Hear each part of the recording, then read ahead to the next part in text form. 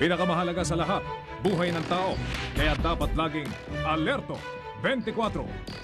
Isang bodegang sinalakay ng mga otoridad kagabi sa North Fairview sa Quezon City.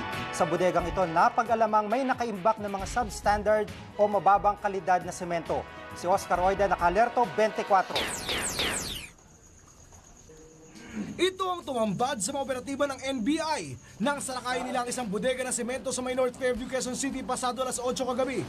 Daan-daang sako ng semento na hinaluan ng mano ng apog o limestone. Ayon sa NBI, sa bodegang ito mismo hinahaluan ng mano ng apog o limestone ang mga sako-sako ng semento bago ibenta sa merkado. Sa katunayan, nahuli pang araw nila ang ilang trabahador sa aktong gumagawa nito. Para pong magdami daw yung simento. Nahaluan po nga daw ng apog. Sino nag-uutos nun? Yung amo namin po.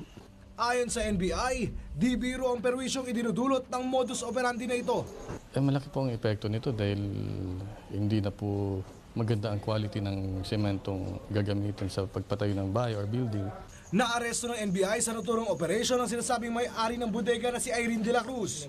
Pero itinanggi nitong may kinalaman siya dito. Isang babae raw ang umuupa sa kanyang bodega.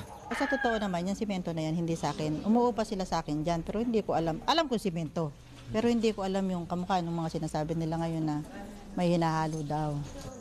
Pero giit ng NBI, malakas raw ang ebidensya nila laban kay de la Cruz at kaya raw nilang patunayang sabwat ito sa illegal na operasyon. Oscar Oida, naka-alerto, 24.